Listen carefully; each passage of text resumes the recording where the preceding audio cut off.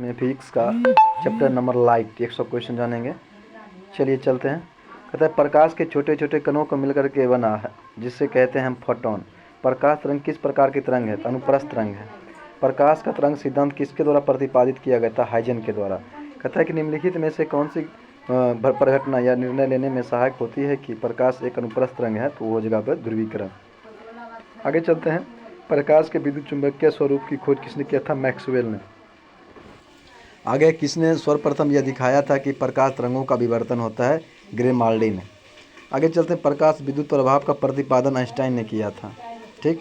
आगे कौन सी घटना प्रकाश और ध्वनि दोनों में घटित नहीं होती है? ध्रुवन। किसी अवरोध की ओर से प्रकाश का मुड़ना कहलाता है विवर्तन। कहते हैं कौन सा सिद्धांत प्रकाश के तरंग प्रकृति की पुष्टि करता है? व्यतिकरण। अब आगे आपका प्रकाश विकिरण की प्रकृति कैसी होती है? यानी कि तरंग और कण जैसी होती है। आगे चलते हैं। प्रकाश के चिकने पृष्ठ से टकरा कर वापस लौटने की घटना को कहते हैं प्रकाश का परावर्तन। प्रकाश में ध्रुवन की घटना से यह सिद्ध होता है कि प्रकाश तरंगें क्या होती है? अनुप्रस्थ होती है। प्रकाश का लगभग 4×10⁻26 जूल प्रति सेकेंड की दर से ऊर्जा दे रहा है। सूर्य से इतनी ऊर्जा निकलने से उसका द्रव्यमान किस दर से कम हो रहा है? 4×10⁹ kg पर सेकेंड। आगे चलते हैं। प्रकाश का वेग सर्वप्रथम किसने ज्ञात किया था? रोमर ने। प्रकाश का वेग किस में अधिकतम होता है? निर्वात में। माध्यम के तापमान में वृद्धि के साथ प्रकाश की गति क्या होती? वैसी ही रहती है। आगे है जल, कांच व हरा में प्रकाश की चाल होगा। पहले सबसे अधिक जल में, उसके बाद कांच, उसके बाद हीरा में होगा। आगे चलते हैं। चंद्रमा से पृथ्वी तक आने में प्रकाश को लगभग कितना समय लगता है? 8 मिनट 20 सेकेंड के समय लगता है। ये नंबर आपका आंसर होगा। आगे चलते हैं। अब आगे आपका सूर्य का प्रकाश हमारे पास लगभग कितने समय में पहुंचता है? 8 मिनट में। आगे है आपका प्रकाश का वेग होता है 3×10⁸ मीटर पर सेकेंड। सूर्य ग्रहण के समय सूर्य का कौन सा भाग दिखाई देता है? किरीट या कोरोना वाला भाग। पूर्ण सूर्य ग्रहण का अधिकतम समय होता है 400 यानी कि 500 सेकेंड का होता है। आगे चलते हैं। यहाँ देने 460 सेकेंड। आगे चलते हैं। सूर्य ग्रहण तब होता है जब पृथ्वी के मतलब चंद्रमा बीच में आ जाती है, सूर्य के बीच में। अब आगे चंद्र ग्रहण घटित होता है पूर्णिमा के दिन। सूर्य ग्रहण कब होता है? अमावस्या के दिन, यानी प्रतिपदा के दिन।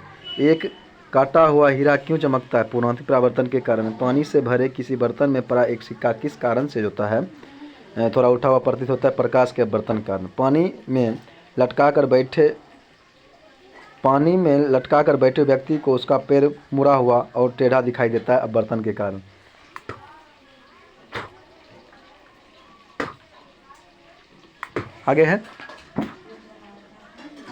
आगे जब एक कम्पैक्ट डिस्क सीडी सूर्य के प्रकाश में देखी जाती है तो इंद्रधनुष के समान रंग दिखाई देते हैं। इसकी व्याख्या की जाती है परावर्तन और विवर्तन की परिघटना के आधार पर। आगे है जल के अंदर पड़ी हुई मछली किस कारण से अपनी वास्तविक गहराई से कुछ ऊपर उठी हुई दिखाई देती है? प्रकाश के अपवर्तन के कारण। जल के अंदर मौजूद व्यक्ति को किस कारण जल की सतह से ऊपर की वस्तुओं अपनी वास्तविक स्थिति से अपेक्षाकृत अधिक ऊंचाई पर प्रतीत होता है? प्रकाश के अपवर्तन के कारण। आगे है पानी में डूबी हुई लकड़ी मुड़ी हुई दिखाई देती है, वही अपवर्तन के कारण। आगे चलते हैं।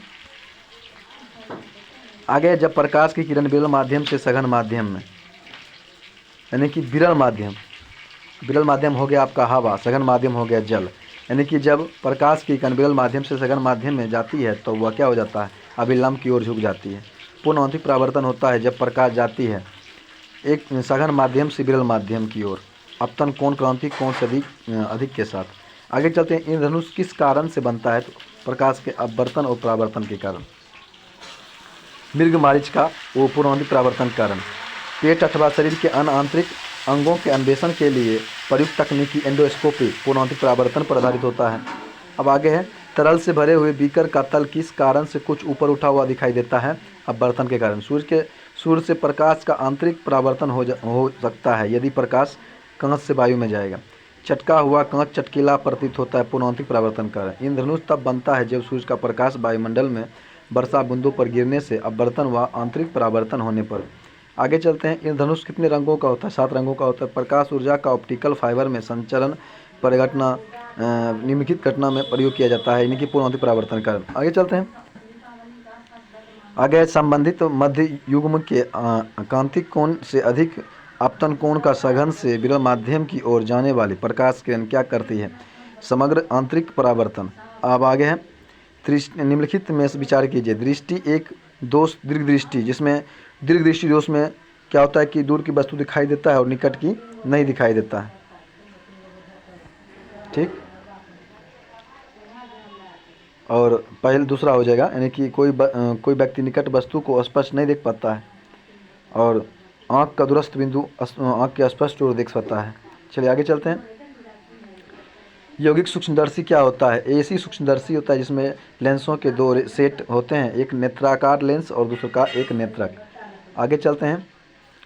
आगे आपका किसके कारण आकाश नीला दिखाई देता है आपका नीला दिखाई देता है? परिकिरणन के कारण।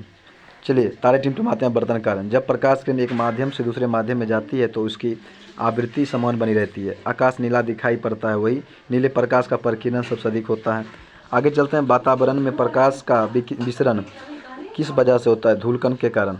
आगे, चंद्रतल पर एक प्रेक्षक को दिन के समय आकाश दिखाई देगा काला। आगे, एक गोलाकार वायु का बुलबुला किसी कांच के टुकड़े में अंतः स्थापित है। उस बुलबुले से गुजरती हुई प्रकाश की किरण के लिए वह बुलबुला किसकी तरह व्यवहार करेगा? अपसारी लेंस की तरह। आगे है, यातायात सिग्नलों में लाल प्रकाश प्रयुक्त किया जाता है क्योंकि लाल रंग सबसे कम प्रक्षेपित होती है। समुद्र नीला प्रतीत होता है आकाश के परावर्तन और जल के कणों द्वारा प्रकाश के परिकिरण के कारण। सूर्योदय और सूर्यास्त के समय वायुमंडल में लालिमा किस कारण से छा जाती है? होता है प्रकाश के परिकिरण के कारण। इंद्रधनुष में किस रंग का प्रक्षेपण अधिक होता है? बैगनी का। आगे है, तारे प्रकाश में वास्तव में जितनी ऊंचाई पर होते हैं वे अधिक ऊंचाई पर प्रतीत होते हैं। उसकी व्याख्या किसके द्वारा की जाती है? वायुमंडल या बर्तन के कारण। आगे है, सूखा बालू चमकीला क्यों दिखाई देता है जबकि गीला बालू दूधहीन? तो बर्तन के परावर्तन के कारण। आगे चलते हैं। आगे है आपका एंडोस्कोपी। आगे पेरिस्कोप बनने में निम्नलिखित में कौन सा एक प्रयुक्त होता है? समतल दर्पण। साबुन के पतले झाग में चमकदार रंगों का बनना किस परिघटना का कारण है? बहुलित परावर्तन और व्यतिकरण। आगे, वाहन पीछे से आने वाली वस्तुओं को देखने के लिए किस का प्रयोग करता है? उत्तल दर्पण का, साइड मिरर के रूप में। आगे है, निम्न में से क्या वायुमंडलीय अपवर्तन का परिणाम नहीं है? सूर्य का अपने वास्तविक उदय से 2 या 3 मिनट पहले दिखाई पड़ना। अब आगे, रोगियों के दंत देखने में दंत चिकित्सकों द्वारा प्रयुक्त दर्पण क्या हो जाएगा? अवतल। वाहनों के अग्रदीपों में किस प्रकार के दर्पण का इस्तेमाल होता है? अवतल दर्पण। आगे चलते हैं। दाढ़ी बनाने के लिए अवतल दर्पण प्रयोग किया जाता है। इसमें दर्पण का सूत्र सही क्या हो जाए? 1/f बराबर 1/v प्लस 1/u। चलिए आगे चलते हैं। मानव नेत्र का वह भाग जिस पर प्रतिबिंब बनता है क्या कहलाता है? रेटिना कहलाता है। आगे है, रेटिना पर नेत्र द्वारा निर्मित प्रतिबिंब होता है वास्तविक उल्टा और छोटा होता है। किसी व्यक्ति का पूरा प्रतिबिंब देखने के लिए समतल दर्पण की न्यूनतम ऊंचाई क्या होना चाहिए? व्यक्ति की ऊंचाई आधी होनी चाहिए। एक वस्तु 2 समांतर समतल दर्पणों के बीच रखी जाती है तो बने प्रतिबिंबों की संख्या क्या? अनंत हो जाएगी। 2 समतल दर्पण को 90 डिग्री के कोण पर रखा गया है और उसके बीच एक मोमबत्ती जल रही है। दर्पण में मोमबत्ती के कितने प्रतिबिंब बनेंगे? 3। जब समतल दर्पणों की सहायता से किसी वस्तु के 3 प्रतिबिंब प्राप्त करने के लिए दर्पणों के बीच कितना कोण चाहिए? 90 डिग्री। यदि एक व्यक्ति को दो समतल दर्पण जो 60 डिग्री कोण बनाता है अनंत पर है तो इसके बीच खड़ा हो तब उसके कितने प्रतिबिंब दिखाई देंगे? 5 होगा। 360/60/-1 कर दीजिएगा। आगे, एक दूसरे पर 120 डिग्री पर झुके 2 दर्पणों द्वारा कुल कितने छवियां बनेंगी? 2। आगे चलते हैं। सूर्य द्वारा उत्सर्जित प्रकाश का रंग कैसा होता है? सफ़ेद होता है। आगे, प्रकाश का रंग निर्धारित होता है उसके तरंगदैर्घ्य के द्वारा। पानी से हवा का बुलबुला वैसे ही कम करेगा जैसे कि करता है अवतल लेंस। आगे, एक लेंस की क्षमता -2 डायोप्टर है तो डी के लिए उपयुक्त होगा डायोप्टर होगा। आगे, डायोप्टर किसकी इकाई है? तो लेंस की क्षमता का। धूप के चश्मे की होती है क्षमता 0 डायोप्टर। एक लेंस का फोकसांतर 25 सेंटीमीटर है तो उसकी क्षमता +4D हो जाएगा। आगे चलते हैं। एक उत्तल लेंस की फोकस दूरी 0.2 मीटर है तो इसकी क्षमता होगी +5.t। यदि किसी एनक से लेंस का पावर +2 डायोप्टर हो तो इसके फोकस की दूरी क्या हो जाएगी? 50 सेंटीमीटर हो जाएगी। आगे है आपका एक उत्तल लेंस को जब पानी में डुबाया जाता है तो उसकी क्षमता घट जाती है। प्रिज्म में प्रकाश के विभिन्न रंगों का विभाजन कहलाता है प्रकाश का वर्ण विक्षेपण। प्रिज्म से गुजरने पर सूर्य के प्रकाश की किरणें विभिन्न रंगों में विभक्त हो जाती है क्योंकि विभिन्न रंगों की किरणें का विचलन भिन्न भिन्न होता है। आगे है श्वेत प्रकाश जब प्रिज्म से होकर गुजरता है तो जो वर्ण सबसे अधिक चमकता है वह है बैगनी, जो विचलित होता है बैगनी। आगे प्रकाश का निम्न में से कौन सा रंग प्रिज्म में होकर सबसे कम प्रसारित होता है? लाल। प्राथमिक रंग मतलब प्राथमिक रंग है वे रंग जो अन्य रंगों से मिश्रण से उत्पन्न नहीं किए जा सकते हैं। अब आगे 3 मूल रंग हैं, लाल, हरा, नीला। श्वेत प्रकाश का अपने विभिन्न रंगों में अलग होने की क्रिया को कहते हैं वर्ण विक्षेपण। आगे चलते हैं। आगे निम्न में से कौन सा प्राथमिक रंग नहीं है? हरा, नीला, लाल है और पीला नहीं है। अब आगे किस रंग का तरंगदैर्घ्य अधिकतम होता है? लाल। कौन सा रंग सम्मिश्रण दिन और रात के समय सर्वाधिक सुविधाजनक होता है? लाल और हरा। किसी अपारदर्शी वस्तु का रंग उस रंग के कारण होता है जिसे वह परावर्तित कर देता है। हरी पत्तियों का पौधा लाल रोशनी में रखने पर कैसी दिखाई देगी? काला। कुछ परिवहन वाहनों में अतिरिक्त पीली बत्तियां होती है इसलिए क्योंकि पीली प्रकाश कोहरे को भेदता है मतलब पार कर जाता है जिससे सड़क साफ दिखाई देता है। अतः कोहरे वाली रातों में भी पीली बत्ती काम करती है। प्रकाश में 7 रंग होते हैं। रंगों को अलग करने का क्या तरीका है? एक प्रिज्म से रंगों को अलग अलग किया जा सकता है। अब आगे आपका लाल कांच को अधिक ताप पर गर्म कर वह दिखाई देगा हरा।